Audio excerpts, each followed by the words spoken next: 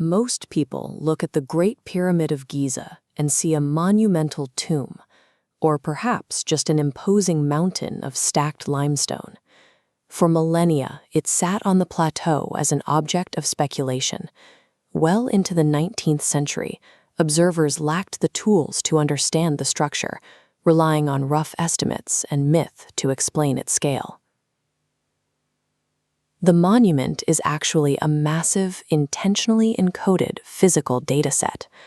To understand its true purpose, we had to look past the mythology and treat the structure as a literal, mechanical object.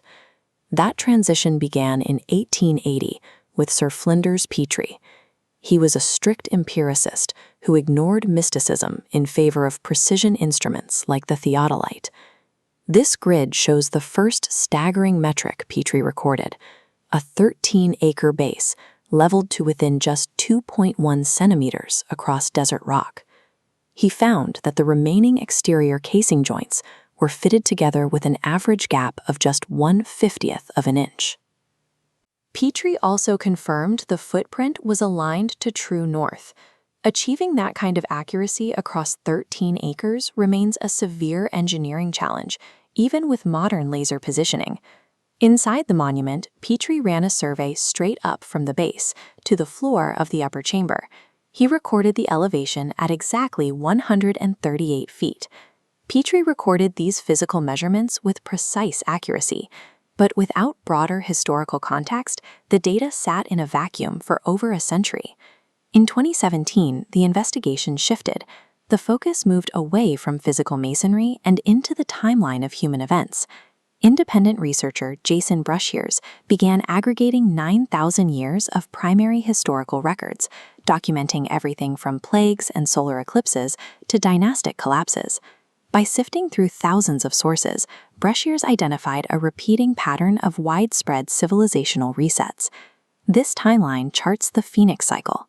It shows that the historical record operates with the regularity of a mathematical engine. The data revealed a precise temporal gap. The interval between every major reset on this timeline is exactly 138 years. This visualization shows the convergence. Breshears' 138-year historical interval perfectly matches the 138-foot elevation Petrie measured in the pyramid's upper chamber. While a single shared number might be a coincidence, the correlation continues deeper into the interior. Consider the massive internal corridor known as the Grand Gallery.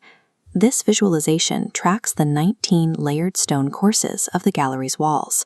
These layers correspond to 19 sacred frequencies Breshears identified in his research, specific mathematical rhythms that define the timing of historical reset cycles. This alignment repeats with the palindromic relationship between the numbers 138 and 831, figures that appear sequentially in both the historical timeline and the physical surveying data. With these datasets combined, the pyramid transforms. It is a loud, intentionally encoded message designed to survive the elements across millennia. But why embed a chronological warning in a format that would take future humans over a century to decode? The builders seem to have relied on sequential discovery before the message could be received. Modern measurement technology had to advance enough to confirm the monument's physical dimensions beyond dispute.